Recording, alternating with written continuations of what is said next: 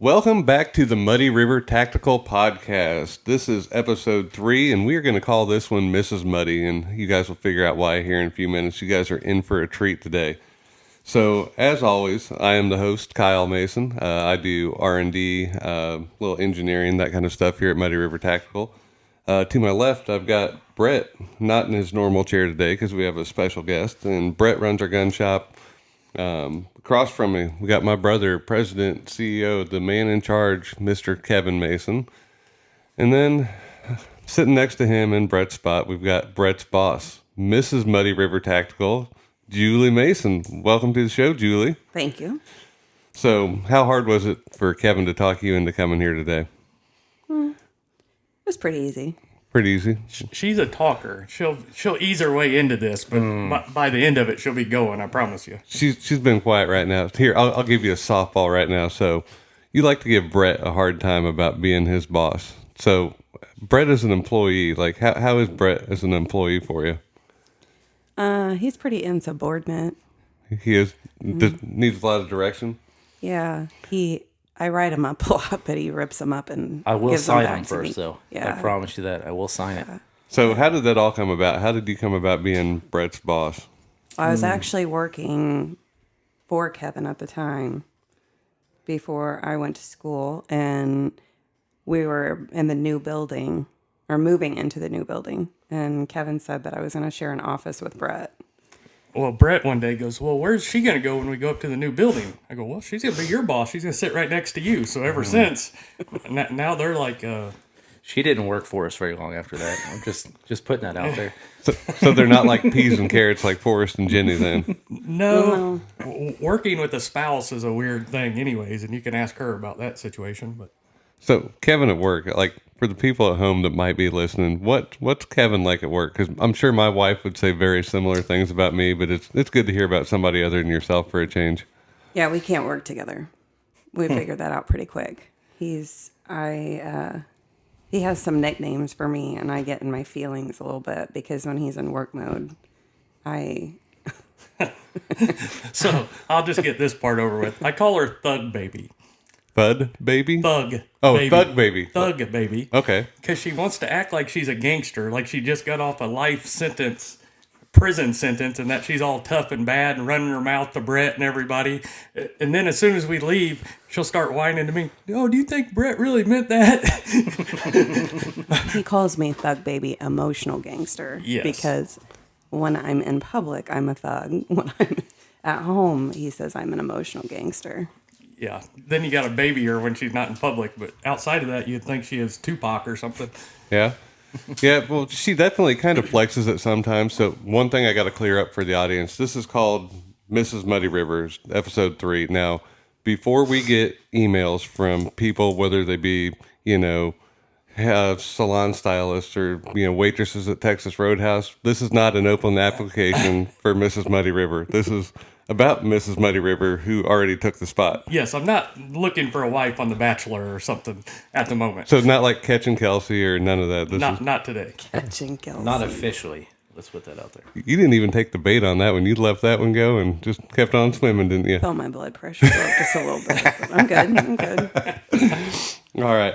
Before we get into the interview, I'm going to just remind everybody, we got our socials, Facebook, Instagram, X, Twitter, whatever you call it, YouTube. You can see the podcast there. Kevin does some really great shooting videos. So check us out there. Give us a like, a follow if you're liking what you're hearing. If not, leave us some comments. We'd love to hear what we can do better. And today we're going to actually have a question of the week that was viewer submitted. I think we got this one from Facebook this week. So if you have any questions at home, something you'd like to hear us talk about, submit your question, and the winners will get some free gear, whether it be a hoodie, hat, maybe a gift card. We'll send you something good for your time. So let's get into this, Julie. Tell us a little bit about yourself. Like, how'd you grow up? What do you do now? Those kind of things. Born and raised in Platte City, right here where our business is. And only child. Mom and dad married all my life. Dad's always ran a plumbing business up until he came to work for Kevin. I got tired of the plumbing industry, if you will. You worked there too, didn't you? I did. I worked for my dad for a little bit out of high school until I decided the medical field. My mom was always in the medical field, so I kind of decided I wanted to go into the medical field. But yeah, I worked for her dad for a little bit in the plumbing business, and that's really my story growing up. I mean, we never really were rich, if you will, but I never really needed or wanted for anything either. My dad was always a super hard worker, but being an only child was kind of lonely. My mom was diagnosed with cancer at 18, so that kind of changed my late adolescence, early adult years, but And kind of made you grow up a little bit faster Yeah. too, doing that, and you Yeah. know, so you and Kevin are kind of similar, and upbringing. Not that any of us were poor or anything, but No. none of us were the rich kids at school, which, like we talked about before, is kind of the common misconception. And yes. so, you guys that started off, you guys had Jordan pretty young. Yes. How old's Jordan now? He is 16. 16. Yeah, we were 21. So, and Jordan's at the point now too where he's finding himself out in the workforce, and we'll get into more of this later, and Yeah. kind of teaching him the right way, and where you got to work your way up and get your experience, just like all of us did. Exactly. And with perception and stuff of his dad owning a business that's successful and stuff like that, we just want to make sure we keep our kids rooted and grounded with work ethic and stuff. So, And the other thing about perspective, we talked about it on the other episode of just Muddy River in general, but with her dad, everybody in Platte City knows the Edlins, from Edlin Plumbing to whatever. So we dealt with that persona too, that, well, Edlin Plumbing gave us the building, Edlin Plumbing did this, so I think the persona was on both sides. Would you agree? sure. Yeah, definitely. It's always been a perception that we started with somebody giving us something to get us up and going. And from an outsider, I can see how they think that, because Yeah. Kevin has went and just dominated this thing, grew it from nothing out of your garage into, not that we're the biggest holster company, but I am extremely proud of him. I know you are, our parents are. I mean, the stuff he's done does not seem feasible to people. They think the only way to get there is throwing money at it. And he's done it, the old fashioned American way, Without a self-made, from the start. So, I can see where people get that, but it's just not the case. Not at all. Not at all. He's truly built it 100% from the ground up. So when you were growing up, you're talking about your dad and running the plumbing company. Your mom was in medical field. Did you have anybody, in your family that did any hunting, any, shooting, anything like that? Or I had an uncle and my grandpa when my grandpa was younger, but my dad was never, he was always a sports fanatic. He never really did the hunting, fishing. Every once in a while, I guess we would go and fish when my grandparents had a lake house down at Pomme de Terre, but I never really got to do the whole hunting, fishing scene until I met Kev. so once you got into that, what were your thoughts initially? Like, oh my God, what did I get into here? Or did you find yourself enjoying it? I actually really liked it, especially the first time he taught me how to shoot a bow. That was fun. That was more my jam than the gun thing at first. And it didn't take you very long to kill your first deer either. I mean, he got you kind of up and running pretty quick. He did. He did. Same thing with our kids. He didn't waste any time. So How was that experience, Kevin? With her? Yeah. Well, funny story about her the first time. Was this before or after you shot your first deer? I'll tell the story and then I don't know if it was right before she shot her first deer or after. We're at the farm, which we have a family farm in Bolivar. Me and Kyle's farm in Bolivar, left to us by our grandparents, or grandpa, 80 acres down there. Anyways, Kyle goes down there way more than I do now. But when me and Julie first got together, took her down there deer hunting. And I forgot what it was. A deer came across. I'm like, okay, yeah, she gets it on there. And she's like, the gun won't shoot. I'm like, what do you mean the gun won't shoot? So she's swearing to God the gun won't shoot. I'm like, well, take the safety off. It was a Remington 700 bolt action gun. I did, and it won't shoot. So I gave her a whole bunch of shit about that. Do you remember this? Yes. Was this before or after your first deer? That was my first deer. Okay. and she's sitting on the lane where the deer go. No, she is in the tree stand. Oh, in the tree okay. stand. I thought you were on So the it tripod. went across her Okay. fairly fast and it's gone. But the funny thing is that night, Jordan was little, so I think that night she didn't go. She stayed at the house with Jordan or something. and I was going to shoot a deer, same gun. The damn thing wouldn't shoot. So then I felt like an asshole because I was telling her, I was like, there ain't no way the damn thing don't shoot.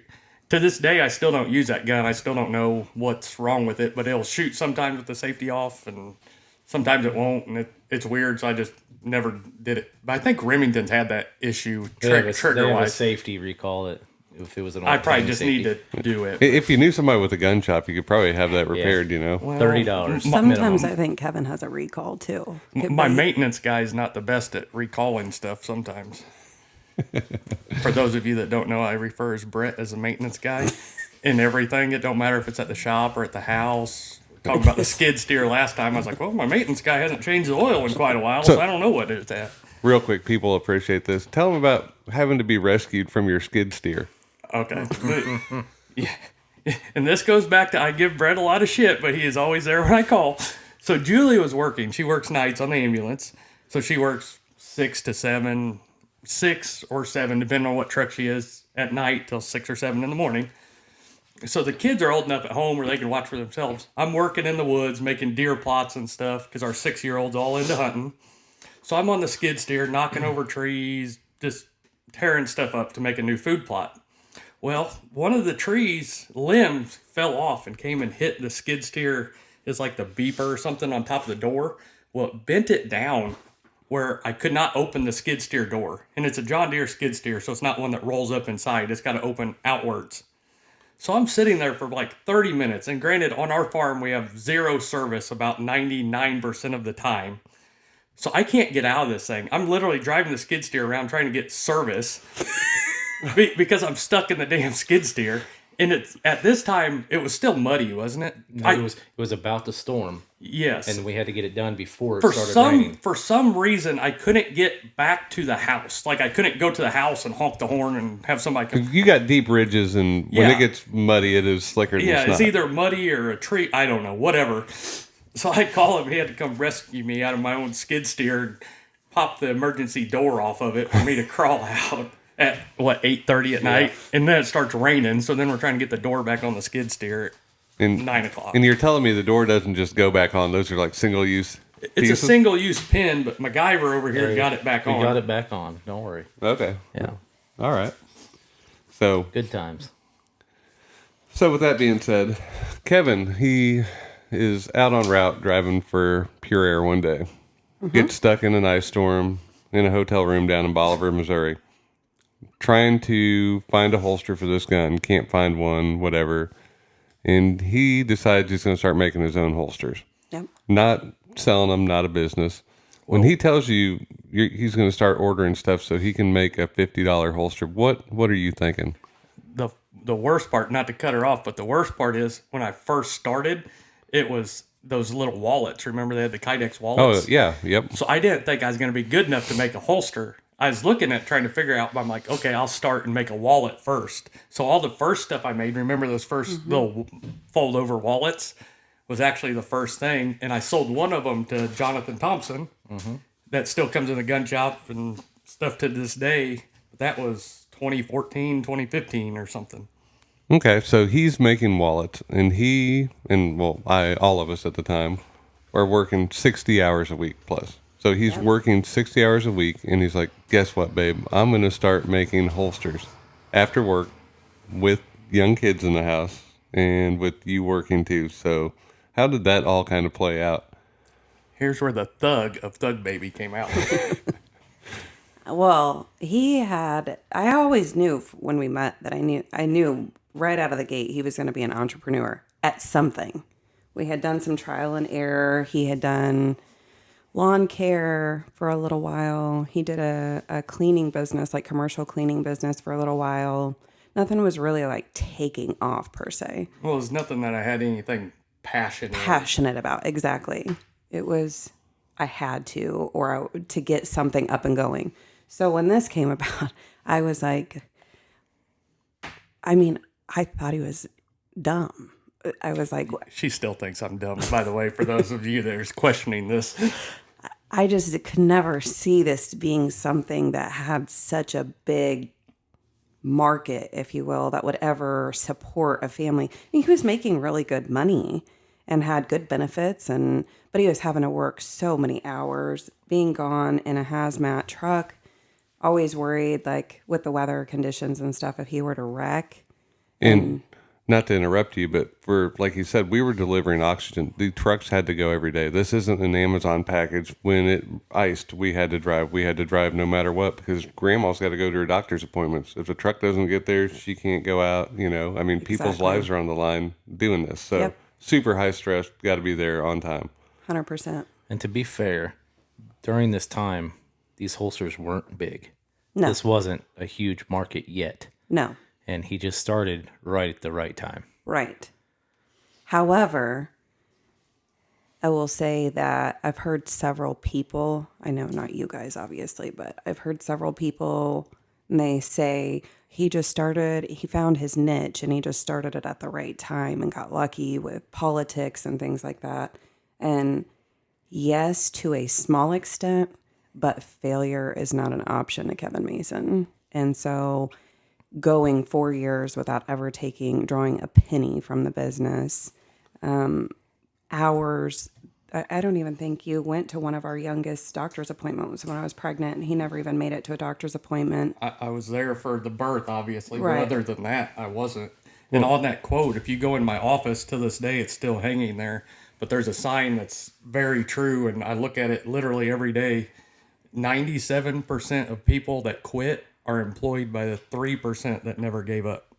And that's what, it don't matter if it's this business or anything, there is always luck. I'm not going to say we weren't lucky in some ways, but persistence and the drive to keep going through all that is what Well, the will luck, make it work. the luck part is there at the beginning, but after that, when something would knock you down, luck doesn't pick you back up. Right. So, and that's happened more than a handful of times. Right.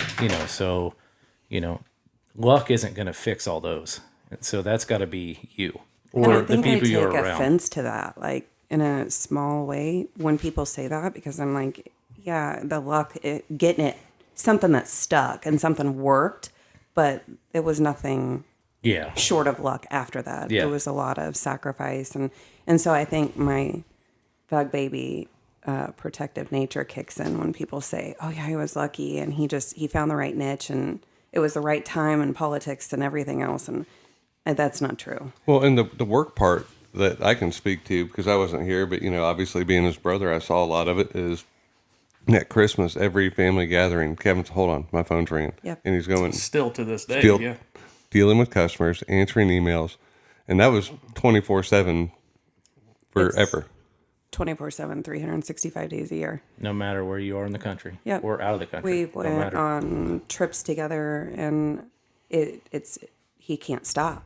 We were all in Jamaica, however long ago that was. All of us here were in Jamaica, and it never stops. And that's the thing about business is, to me, it's just normal. Like, I don't know any different. Like, if I had a job where I worked 6 to 3 and never had to worry about anything else, I would not feel complete. It's not my DNA to stop that long.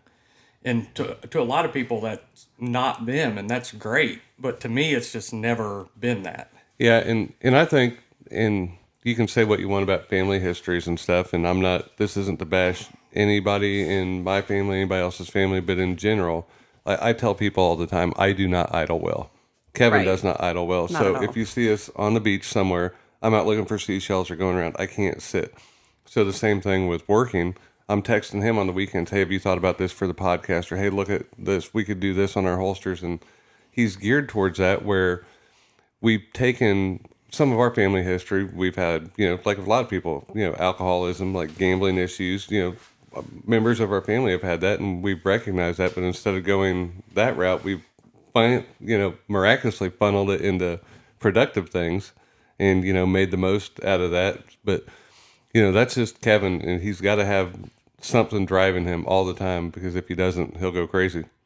It's 100% spot on. And like both of you, I feel like you guys had a father figure that gave you guys one way to look at things or another way to look at things, and you guys completely took the opposite road for both of you. I know your dad has passed away, rest in peace by all means. But I think you guys just took life and looked at it through a totally different lens. Well, and this is not to bash our dad at all, but and it's a lot of fathers, especially from those days.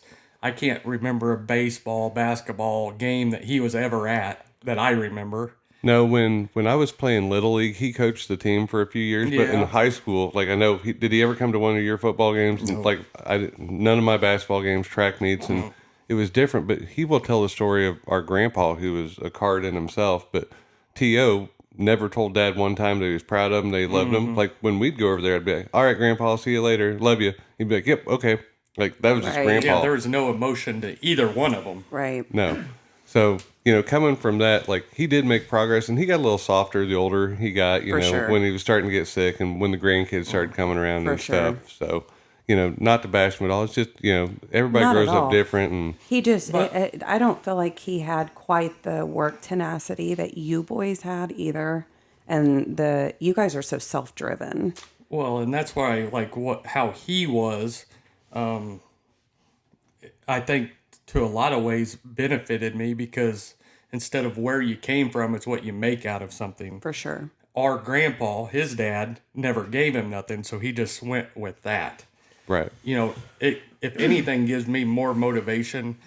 Running a business, I can't be there. I mean, I don't miss their games and stuff, Not at all. but I can't be there for every school. There's stuff I am going to miss. I'm there for the important things, but it's the taking care of them and the fine line of giving them more than what we had, but not enough to spoil them, I guess, would be the best way to put it. From an outsider looking in on this conversation, knowing both of you, you treat emotionally completely different than I think you both grew up. Does that Yeah. make sense? Yeah. I would say that's so fair. whether the material items you give them things or not, that's not the point. It's the emotional point right now. Like, Yeah. you guys are there for your kids, no matter what. Yes. And that's Always have been. Two of the best dads I've ever met in my life.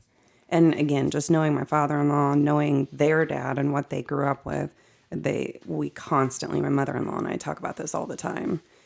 Two of the most hardworking, honest, loyal, faithful men I've ever met in my life. Well, and even from a business standpoint, I mean, we're talking about older, and this was when Dad was sick.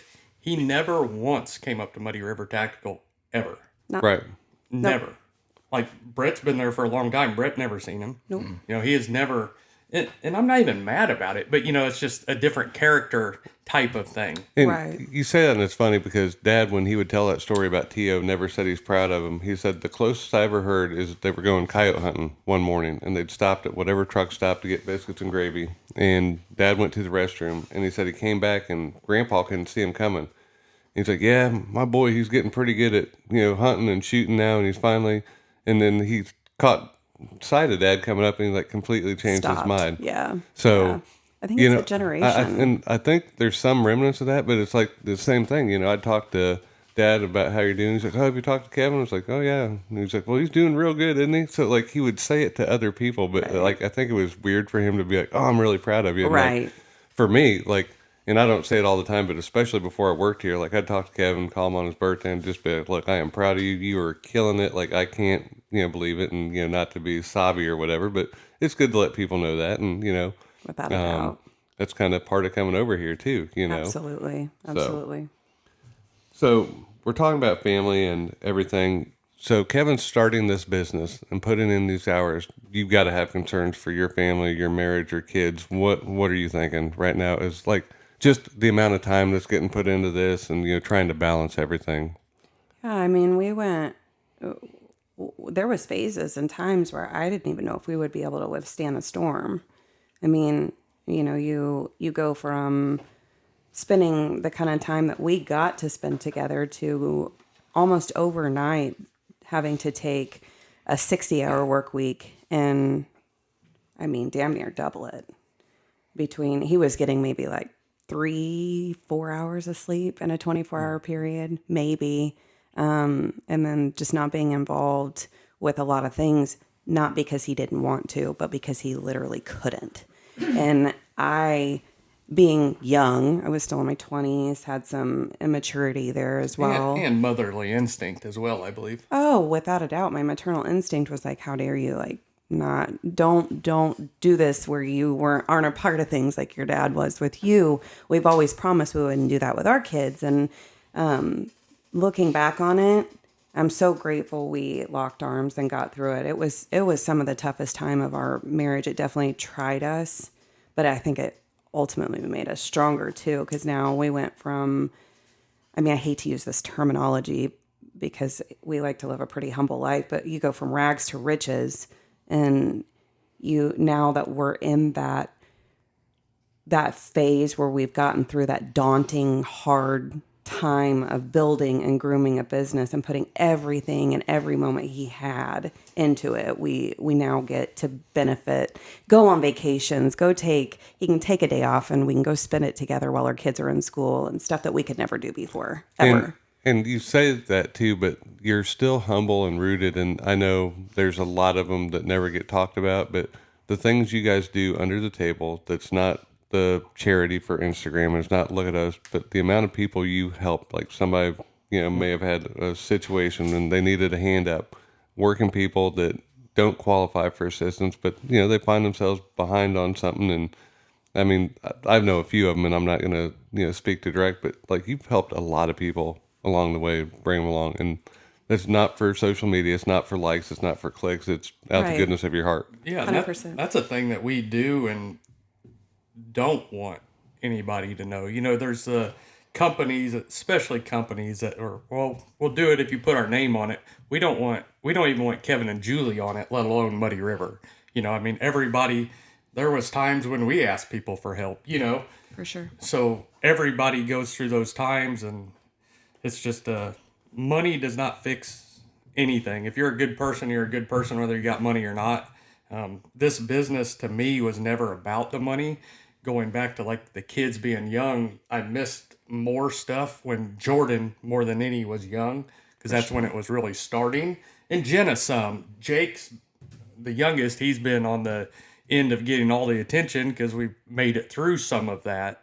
But gave up when they were young, but now I can be more present now than I ever could have been. Because if I was still in a truck today, it would still be the same scenario, at all the kids. And that was my biggest thing. Like when I left Pure Air, I got rid of my CDL completely. It's like, I'm not getting back in the truck. It's not worth the time away from your family, being gone. Like, and it's dangerous too, being out there on the road all the time with accidents and weather and all that. But Very dangerous. I'm at the point in my life where getting up at 2:30, 3 in the morning and working until 8 at night.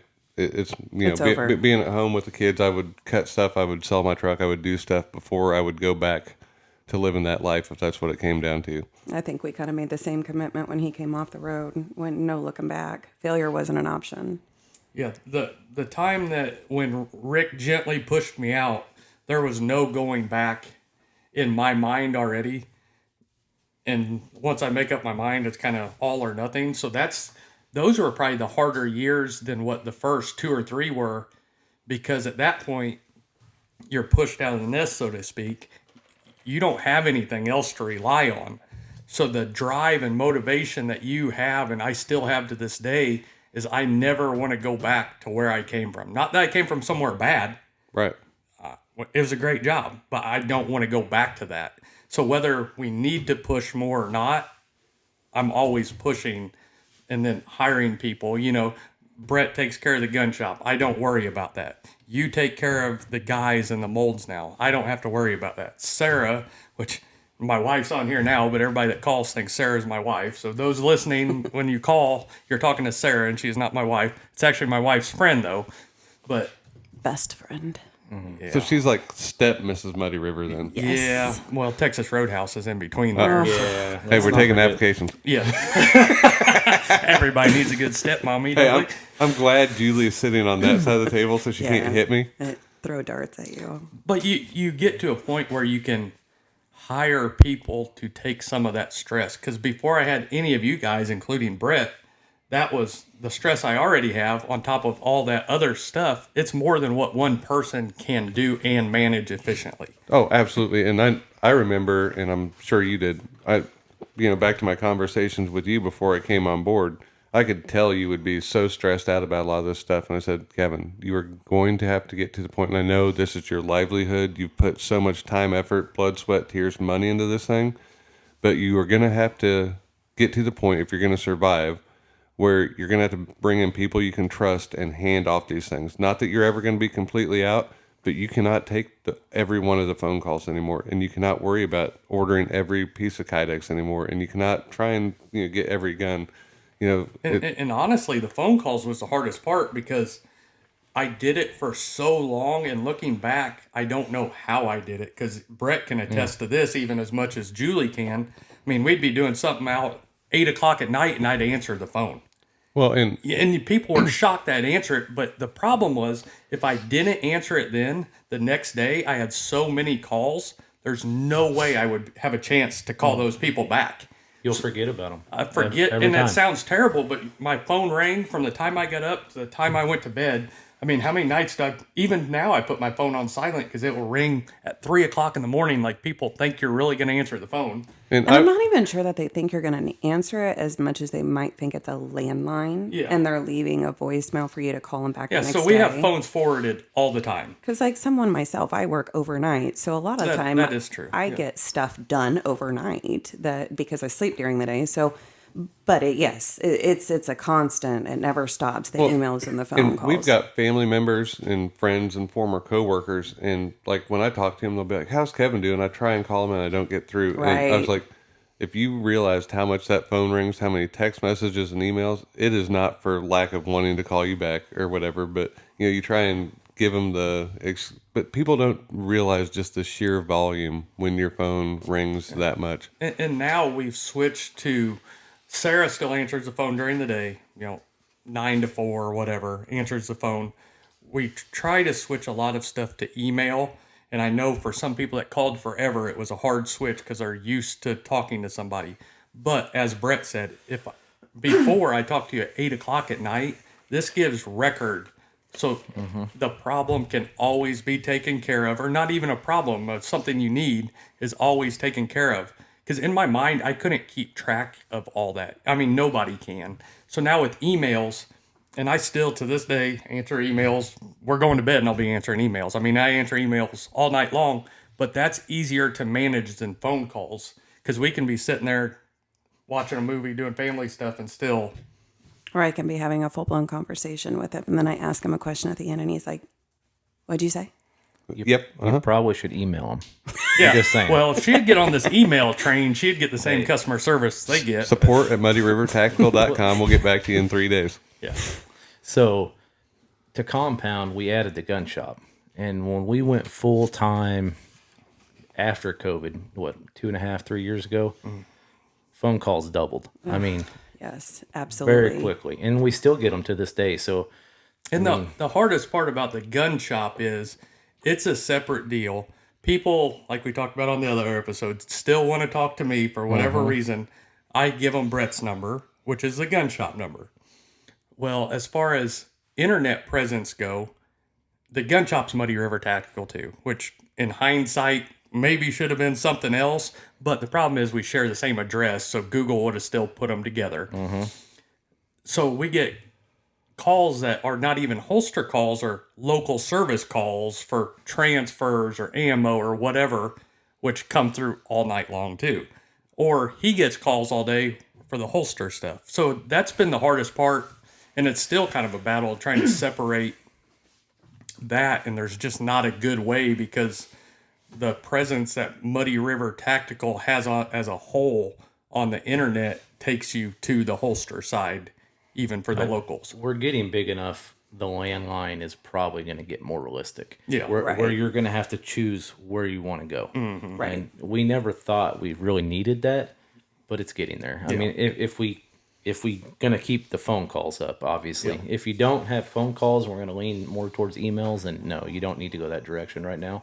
But Yeah, it's just that weird thing. Like for us, switching to emails is a big enough jump, but to go to a company that's got a automated, hey, do you want to talk to them or them, just seems weird to us because even now with emails, we're so customer service driven that just seems Well, odd. you built the entire brand on being the best customer service, no BS lifetime guarantee. I mean, some of the guarantees we get in, we honor them, but there's no way that, that thing snap like that or whatever. And, you built the whole brand off of not messing with people because we don't want to turn away the one people that had the freak accident to their holster and, ever accuse anybody of being a liar. Yeah, I mean, by far and large, we got amazing customers, but just like anything online, and I call it the Amazon world, we get holsters sent back that are not our holsters, that are somebody else's holsters, so that they don't have to pay for our holster. We'll also get, just random items. Yeah, we got a Yankees hat. I mean, we get stupid stuff.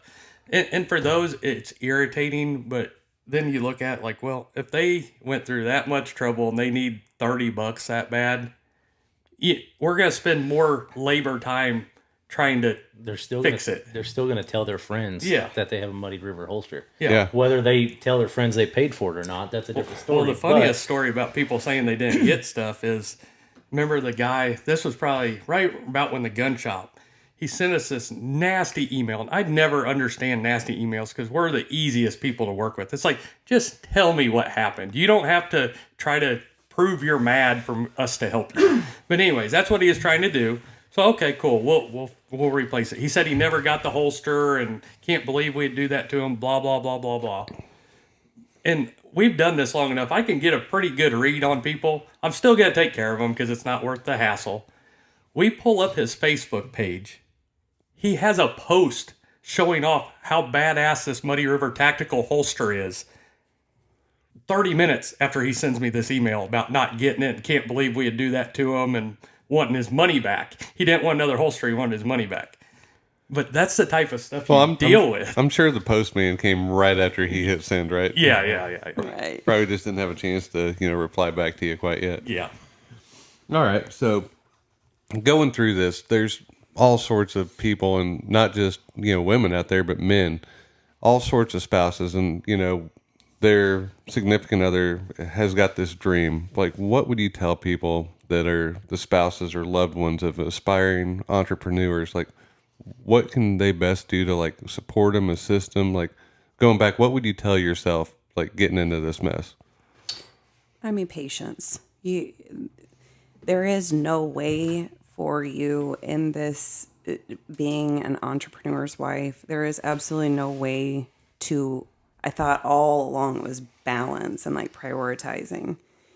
And there's really no way to balance it. You just have to carve time out for each other. You have to have patience with them, understanding the unbelievable amount of stress he's under.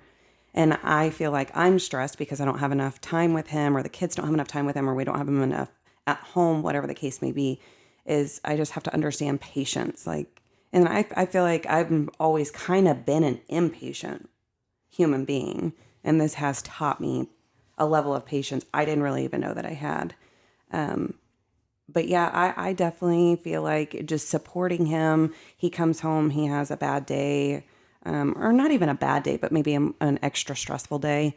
I used to kind of take that personal because he'd kind of come home in a bad mood. Like, why aren't you happy to see me? You're Right, home now. exactly. I've been looking forward to seeing you all day. All day, and then you come home and you're grumpy. But he's also learned to be a better communicator. He used to be one where he didn't want to dump that on me.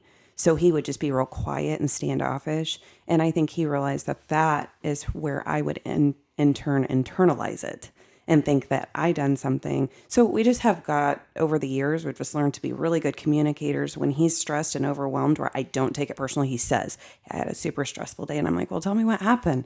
And then we just talk about it and he'll bounce ideas off of me. I think I've gotten to the point now he bounces so many ideas off of me that when he doesn't, or he quote unquote forgets to, I get my feelings hurt. I'm like, Well, and I think at the beginning more so, the last couple of years, not so much, but the beginning years, it was so stressful, just everyday stuff. But then I would tell her stuff and I could tell she was stressed about it. So in my mind, I'm like, it's already more stress than one person needs. We both don't need to wear that stress, right, wrong, or indifferent. That's what I was thinking. yeah. And I think we just had to work through that when you're happy and celebrating, I'm happy and celebrating. When you're stressed and down and out, I'm going to be stressed and down and out with you. Like, that's just how we roll. We're one person. And my line of work, what I do, I'll call him in the morning on the way home after getting off shift, and he's like, how was your night? And I'll try and explain to him, like, some situations that maybe some calls we ran or whatever. And even though I know he doesn't fully grasp it, I just need to, like, get that off of my heart too, because, it stresses me out.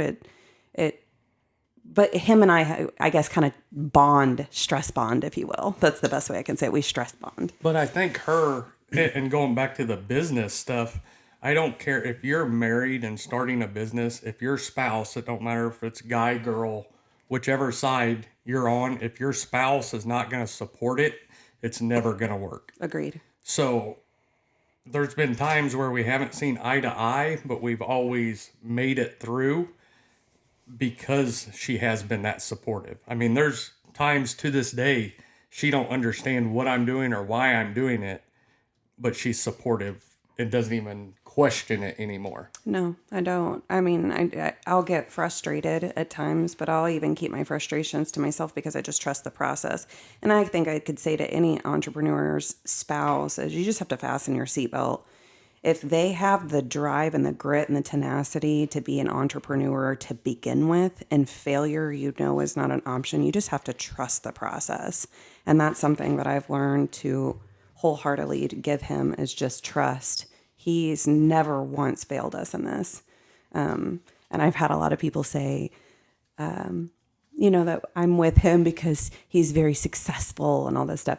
I was with him when we didn't have nothing but the change jingling in our pocket. You can ask Jordan to this day, and I still like it. Maybe we're just grew up redneck enough. I don't know, but mac and cheese and hot dogs and stuff like that. Oh, that's one of my favorites. I would still eat it to this day. But Fish sticks. Jordan's like, I'm never eating that again because that's all we ate when I was a kid. That We were ramen noodles. so broke. We didn't, literally, we'd get all of our bills paid and we'd have enough left over to, like, run and grab some hot dogs, some mac and cheese, some ramen. And he's like, Mom, I can't stand mac and cheese and hot dogs to this day because I ate so much of that crap when I was little. He gets his bouginess from his mother. All right, Brett, I got one for you here. I've told this to people, and they do not believe it. Our mom has got this dessert that she thinks is the best thing on earth, and I hate to admit that I like it. So, just as somebody that's probably never heard of this, have you ever heard of someone cutting a banana in half and lathering it up with Miracle Whip and serving it as a dessert? It is actually amazing. So you got to try it next time. So Now It you're is. going to make me want to get some on the way home and go all It is redneck childhood. absolutely disgusting. Just, I am the only one in my house that will eat them, and they're like, "You are so gross." It's like, you do not know what you're missing out on. I'd eat them. My family grew up with the down home milkshake. It's the cornbread left over from dinner, and you just put it a cup, and then you pour milk on it. And you eat Down it. home milkshake. Oh, that Down sounds home great. milkshake, and you just eat cornbread with a spoon and milk. I like cornbread. I could probably tear Oh, some yeah. of that up. Yeah. Hey, you know, it'd go real good in there. It's like if we had a Texas Roadhouse roll milkshake. Okay, so let's just go ahead and talk about Here we go. Here we go. Here Yeah, comes, that took longer than expected. here comes So Tupac's in the building. Hang on. we went to dinner one night at Texas Roadhouse, and we were sitting there. Our little server comes up, and she's early 20s, and she absolutely, unequivocally, without a doubt, had a crush on Kevin. She was taking my order. No, she was. Any woman that's listening to this will understand. We can pick up on female vibes 100%. It's their facial expressions, it's their body language. She had her shoulders turned towards Kevin. She was like, she kept calling him sweetie.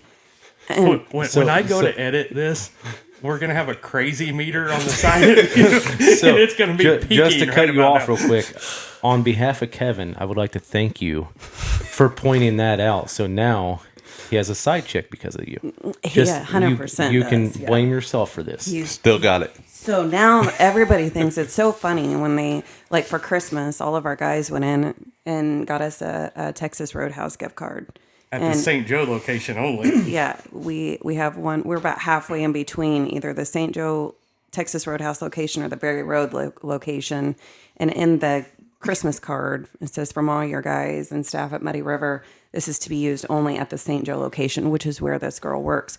So fast forward, we go to use our gift card. We walk in. I immediately start scanning the room, and I'm like, nope, she's not working tonight. Fantastic. She even turns toward me and goes, "She ain't working." Yeah. So it's like, we're in the clear. And I like to go, "Yeah, I know. I already knew that." So Just we to sit stir the down, pot. we're eating, and all of a sudden he pulls up his phone. I have my back to we're in a booth, and I have my I have back. my mouth full. I do. And we've got our two youngest kids with Yes. us, our 11-year-old and our 6-year-old, and we're sitting there, and all of a sudden Kevin's phone comes out, and he like draws it up, and I can tell he's Like either up over my head. like recording or taking a picture. And my face, I was like, "What are you doing?" He's like, "She's here." She's right So behind I got you. a picture in her face. Do the face for the camera. I was And I got that with the girl in the background. It is And I the have most steak in my mouth. amazing picture ever. So then the rest of the night I spent, come on, baby, just take a picture with her. Kids need a stepmommy, and yeah. so that's our joke now. Is that's the kid's stepmom. So and poor girl at Texas Roadhouse. If you ever have a chick mean mugging you every time she walks in there, that's probably my wife. Don't give her a steak knife. She Yeah. yeah, just a fork. We don't need no stabby going on. just a little protective. All We're right. 17 years in. So, as a female, and I've just got a few more for you, then we'll get to our viewer question of the week. As a female, your thoughts on concealed carry? Like, how do you like to concealed carry when you're doing it? Do you have like a purse that you like, a cross draw holster? Like, what do you prefer? Yeah, we sell the conceal and carry purses. That's what I typically like whenever we're out in public, like the kids and I. She's got like the Vertex is the one she it's the has. brand. It's almost not even a purse. It's more like a It's a crossbody. like It's a crossbody lot like fanny the pack type looking thing. Lululemon Yeah. style, but it's VERTX. It's Vertex brand. He's got he picked out it's got like a Velcro insert with an attachment that the holster kind of attaches Velcro wise, and it seats really well in there, and I can still fit all my stuff in there. So I do like that one. And then if I'm gonna wear an actual holster like one of ours, I like the Ulti Clip because I wear a lot of leggings and I don't hardly ever wear a belt. So Okay. Perfect. And do you have a favorite gun that you like to carry when you're concealed carry, or? Kevin, what's that revolver you have me carrying? She's got a J frame, but she also likes the Shadow Systems CR920, which is the Shadow Systems Glock 43, more or less. It fits her hand good. She And I likes love SIGs. it, SIG 365. Yeah. Okay, those are all pretty popular ones, and really good for especially like ladies and even like guys with smaller hands. And my boys have shot those. Teaching them how to shoot. And Now, something that's not conceal and carry that's super badass. It just came out that Kevin did a video on YouTube was the Henry Homesteader. I do like that gun. That That's rifle, neat. 9mm rifle. I need to shoot that one. It's cool. So that kind of leads us into our viewer question of the week, and this is from Colin. And I will not give out your last name, Colin, but you know who you are, from Platte City, Missouri. And what was the first gun you received? So, like most people, your dad, grandpa, somebody gives you a gun. And then the first gun that you actually purchased. And Brett, I'll kind of let you lead off on this one if you want. My first gun was when my grandpa passed away. He left me a Remington 700. No, I apologize. Not Remington. It was a Ruger 270. That's what it was. And I still have it today. First gun I bought was the Remington 700 243. So I do not have it today. That's one of the ones I regret. So, Yeah. Yep. What about you, Kevin? So the first gun I got was a deer rifle that our Uncle Chip and our Aunt Jan gave to me. I was probably 10 or so. It was a 243 Remington 700 bolt action, which is the gun that we were talking about earlier that she said wouldn't shoot. But it's one of those guns that I haven't really went to fix just because it's a gun that I'm never going to sell because he's passed away now, but just one I'd never sell. So that's why I haven't really worried about it. The first gun I actually purchased, like I had some different guns given to me, but it was actually the Shield that we talked about in the first or second episode, whatever it was. I bought the shield and that coyote gun the same day when I brought him home, and she was really thrilled with me. And an immense thug baby on me and tell me I'm an idiot and blah, blah, blah. But it was that shield, which I actually do not still have. We sold it in the gun shop. When Brett said the gun shop, when we brought in guns during COVID, we sold it then. Personal inventory. Which I wish I would have never, because it was literally the first holsters of Muddy River Tactical, quote unquote, were off of it. But anyways, we did. So that was my first. Julie, do you want to chime in, or do you want me to go? Well, all mine were Kevin's because I never had guns growing up because my dad was never a hunter. Sounds like a gold digger to me. She was after him for his guns the whole time. I knew it. Don't tell her about that other safe we have at the shop. What safe? Yeah, exactly. I'm not surprised. So for me, the first gun that ever got given to me, our dad actually bought it for me. We had I don't know if you remember, we had that like tornado go down by the farm, and that big tree had put limbs everywhere in the front yard. Yep.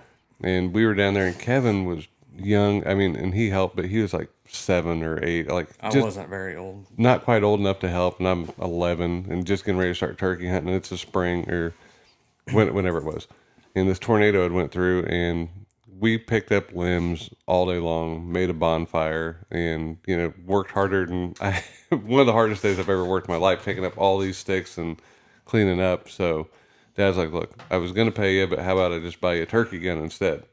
So it's a Remington 870 12 gauge that I got that I still have, but again, that I'll never sell. So that was the first gun that was ever given to me. And then the first gun I think I ever bought was a Savage 7mm mag. And I had just turned 18, and that's when James went down to the farm deer hunting with us. I bought it the day or two before deer season opened in November. You're the typical deer season guy. Oh, yeah. So this is actually a pretty good story. Now we know, yeah. James calls me Beirut because of the story. So I'm 18. I'm working at Petco making like $10 an hour. So it was everything I had to have money for this gun, plus gas money to get to the farm. And then I'm going to figure out how to eat when I get You there. had to have your cigarettes at that age, I too. had to have cigarettes and maybe found some beer like on the side of the road or something, like whatever. But so I didn't have a lot of money for shells, right? So I bought a box of shells, the gun, and thank God it already had a scope on it. And we go down, and I don't want to shoot it at our farm where we're going to be hunting the next day. So my buddy James, and I'm sure he'll chime in on this, but his grandma lived a few miles away. So we drive over, and we're sighting it in behind her house. But it's like getting dark, and we're trying to hunt the next morning. This is Friday night. We drove from Kansas City 2 hours. It gets dark at like 5:30. It's probably 5:15. I'm trying to sight in this rifle. It's like, I don't have any hearing protection. I'm like, whatever. I gotta I'm shooting this, Especially with that gun. shooting this 7 mag, and it kicks like a mule. You don't want to shoot it more than about twice anyway. So I'm shooting it, and I cannot get this thing sighted in, and it's cold, and it's getting dark, and I'm sick of shooting this thing already, and I'm down to where I've got like 5 or 6 rounds left. So it's like, well, I had it on the paper, but it wasn't really close. So this is Friday. Saturday hunt, don't see anything, and that's the day. So Saturday afternoon, we had went over to James's grandma's place to hunt, and we come back, and Dad is walking down the lane, and Dad wore solid orange overalls when he was hunting. Well, James and I come pulling back in, and Dad turns around, and he's carrying his gun. He's got the other hand kind of down like that, and there's blood all over the front of his coveralls. I was like, Dad got a deer. So we're like, where's he at? He's like, right here. In his hand, he had tried to climb over the T-post fence, and it slipped, and that T-post went in. T-post top went all the way into All his the way hand. in. You could see the tendons, the bones. I was like, Dad, you need to go to the hospital now. He's like, it'll be all right. He wasn't going to go until Helen talked him into it. 'Cause Yeah. we were just idiot kids telling him to go. Our great aunt Helen, she raised 5 boys on the farm, and they never went to the doctor. She came over, she's like, Danny, you need to go to the hospital now. So he's like, I'll go in the morning. So next morning, I get up and go out hunting. I'm thinking Dad's going to go to the hospital, and he's like, I'm sitting there, and you could hear his truck start because it was really loud. And didn't hear him. I'm like, I better go check on Dad. So I'm getting ready to get up, and about 150 yards out walks this deer. And at that time, I had never seen a deer this big. I didn't know they existed. And ends up, being this 15-point buck. It's probably one of them That's how mine was. big one. So this deer comes out, and I'm sitting in a ground blind, soft-sided ground blind. So I've got the gun. I don't even have a rest. I've got like an old folding chair. I'm trying to lean it on, and I'm going like this with a gun that's not sighted in. So, were you sitting with James down there hunting, like in the tree stand? I don't know, but while we're talking about James, he would be podcast gold. Oh, we have to have Big James on at some point. Yeah, we're gonna get him on. So anyway, this deer comes out, and I'm shaking like a leaf because I've never seen anything this big in my life. And I shoot, and I swear to God, this deer turns and starts running right at me. And in my head, it looks like a bull with antlers down running at the blind. And this is a bolt action that I've shot a total of like 14 times up until now. So I'm trying to jack one in, and I shoot again, and he's still coming. I was like, ah. It sounded like World War II in the corner over there. So this gun held 4, and I know because... He shot every damn one of them. So it turned, I shoot, and it kind of fell. I was like, oh, good, I got him. Well, then he starts like trying to get up. So I shot the last one at him, and then he kind of made it over to the fence. I was like, oh, good, I got him. Well, then he tries to start crawling under the fence again. So I'm putting more bullets in. I shot every shell I had left at this deer. And so James comes up, he's like, it sounds like Beirut over here. What's going on? I was like, well, I got this deer. And when we skinned it, there was one hole in that deer. So kids, do not do that. If you're going to get a rifle, buy it like more than a week before season. Maybe take it to the range, get familiar with it. It's not just kids. Right. Every year, it never fails. And I'll have best friends. They'll call me, hey, can you sight this rifle in for me? No, first off, I don't sight rifles in. I can bore sight it for you, and that puts you on paper. Hopefully. But every year, 2 days, 3 days before, sometimes the day before. Luckily, I shut down opening day every year for that reason. Otherwise, they'd show up that morning. They're like, hey, can you sight this in for me? Hey, I missed one. Can you sight it in for me? Your gun sucks. All right. Well, those have been some pretty good stories. Julie, do you have anything else you want to tell us? Anything you'd like to say about Muddy River? Maybe how great of a husband Kevin is? Anything like that? He's all right. No, there was one question that we didn't get to about our family working for us. And Absolutely. with us. Yeah, let's take And a few minutes. That's something that I wanted to touch on just because my dad works there. You, as my brother-in-law, works there. Brett might as well be family. Got Sarah. My best friend, Sarah, she works there. And that has been such a blessing to us. A lot of people don't understand or can't believe that we have family work for us. But I think since that's happened, I've gotten more of my husband back because he knows the trust is there. He can finally relinquish some of that stuff that he held on to for so many years that I feel like took him away from us as family. He now has relinquished some of that to you guys, and he knows that Muddy River's in good hands. You guys treat it as if it's all of our business. It's not just Kevin's business. We all look out for Muddy River. And so that's something that I feel super blessed that we have family that is committed to us, committed to Muddy River. And when Kevin and I are succeeding, we're all succeeding. So nobody wants to see failure, and failure is just not an option for any of us. Yeah, the high tide raises all the boats. Without a doubt. And I'm glad I backed out. I get the question all the time. And I know even people have asked Kevin this, why does your wife work? She doesn't have to work. She can be a stay-at-home mom. And again, it goes back to perception. I do not have to work. I am blessed. We live a very financially blessed life. However, I like to work, and I do not like to work for our family business. You don't idle very well either. I do not idle well. And I think her going back to work helped our marriage more than anything because she's always been a worker anyways. So going and not having, kind of the same reason I will always work, going and having no identity of what to do other than what she used to say, oh, I'm just Muddy River's wife. She loves the medical field. She's great at the medical field. She loves caring for people. Her being on that ambulance is the best thing for her because it not only brings our insurance is absolutely ridiculous, which is why she went back. We are paying $3,000 a month for our family's insurance, and then they still don't carry anything. I mean, it's stupid amount of money. That one year we spent $50,000 out of pocket when Jake went to Well, Jordan had that hernia, Emergency and Jake room. had to go to the ER. And it's basically we were paying almost three. It was like $2,800. Might as well call it $3,000. And it was like major medical. And now I work for an ambulance district that has the most incredible Like insurance. $50 a paycheck, and they cover everything. Everything. It's super And good. it gives her an insurance. identity. Yeah, I'm not she's just a super wife. good at I'm it. not just a mom. And not that those aren't incredibly fulfilling things, but I have to have something other than just being Kevin's wife, just being Jordan, Jenna, and Jake's mom. And I love, like he said, the medical field. So I love the fact that we have family that works for our business to where I can step out and go do what I love to do and have my own identity outside of Muddy River. Well, and you guys talk about that in the family, and Jordan was in not too long ago talking about it, and we had a conversation, the three of us, in Kevin's office with Jordan, and you guys told him, and we all told him the same thing. It's like, look, if you come here and I'm in charge of the guys, and you're not cutting it, I will have to fire you. Yep. I do not want to fire you. You are my nephew, but I will. And my expectations of you are the same expectations of me. Yep. And it's If not a little bit more. yeah, and I can say it's would be higher on him than it is anybody else. Just like my expectations of myself are higher than everybody else that works for it. And I told him, it's like, this isn't my company, but I treat it no different than if I was the one writing the paychecks. For sure. It's perception.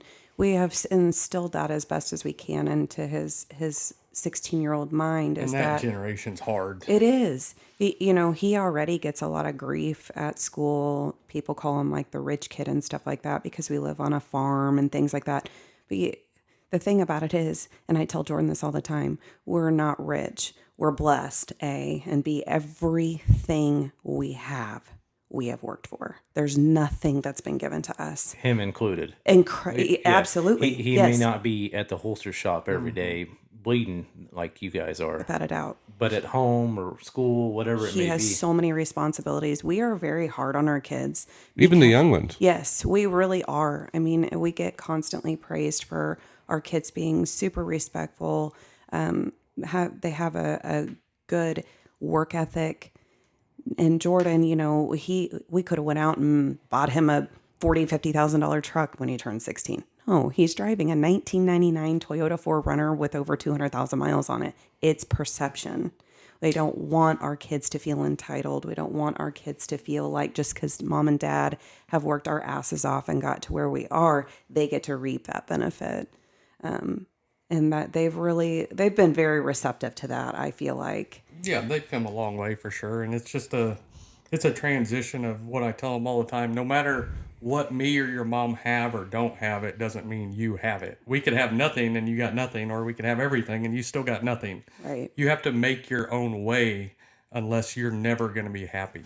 You got to find what you're passionate about. No different than Julie on the ambulance. She's passionate about that, so it fills her life. Yep. And that's why I told all the kids, but more so Jordan, because he's older than the other ones. But if you think you're ever going to come to Muddy River and be anything, you're going to work from the bottom and you're going to have to pass all the guys that have been here. You're not going to get a free pass to anything, because that's not doing you any favors. It's not going to earn the respect of anybody. It's not going to happen. No, you'd be doing them a huge disservice, and eventually all of us will be gone one day, and it'll be the kids that have to try and run this thing or figure out what they're going to do with it. And, it's all of our jobs, to raise them to be the strongest people they can be, and, just see where they go. Yeah, and that's what me and Julie talk about all the time. It's like what our drive is, I don't want to force to be their drive either. Right. They may not want to be entrepreneurs and have that stress, because no matter whether you quote unquote made it or not, the stress never goes away. Right. At the end of the day, you're still responsible for not only yourself and your family, but at this point, 11 other people in their family. What you do can make or break everything for that. Right. So the stress never goes away. So I'd never want to force them, like, hey, come to Muddy River. If they come, they're going to work their way from the bottom and go. And if they don't, Jordan's talked about airplane pilot and stuff. Go do what you want to do. Diesel mechanic, or he's Go do yourself and find your line. Don't rely on my line if that's not what you want to do. right. Yeah, no, that makes all the sense in the world. No different than, what sports they want to play or whatever. Exactly. They've got a long life to live, and, if they're not happy doing it, then they're just not going to be happy, period. I agree. All right, guys. I think we're going to try and wrap this up for today, unless you got anything else you want to throw in there. I would encourage everybody, if you enjoyed the podcast, go check it out. If you're listening to it on the road, check it out on YouTube. You get to kind of see us a little bit behind the scenes, kind of what it looks like in the studio. If you can listen online, that's great too. We're on Spotify, Apple. Are we on Apple yet? We're working on it. Apple's weird. We're working on it. Okay. A lot of places where you can get podcasts were available. Podbean. MuddyRiverTactical.com. You can see the episodes there. There's a link where you can view live. There's also transcripts. So if we have any hearing impaired listeners, it's on there for them too, where they can kind of get the vibe of what we're saying. Follow us on Twitter, X, whatever's going by now, Instagram, Facebook, YouTube, all the above. Again, as always, we appreciate Quentin Cox for doing our music. Yes, Quentin's my coworker. Yeah, so and he's I met amazing. Quentin. Quentin works with Julie he's a paramedic, so that's how I met Quentin. And yeah, he's a super good dude. Very good dude. He has his own band, and definitely go check him out. Quentin Cox and Company. He's got amazing music. He's on Apple and stuff like that. It's my buddy. Excellent. Well, everybody, thank you for tuning in. Been a great week, and we will catch you guys on episode 4 next week. Thank you, Julie. Thank you, Julie. You're welcome, babe. Thanks, boss. You're welcome, employee. All right. See y'all later. Bye.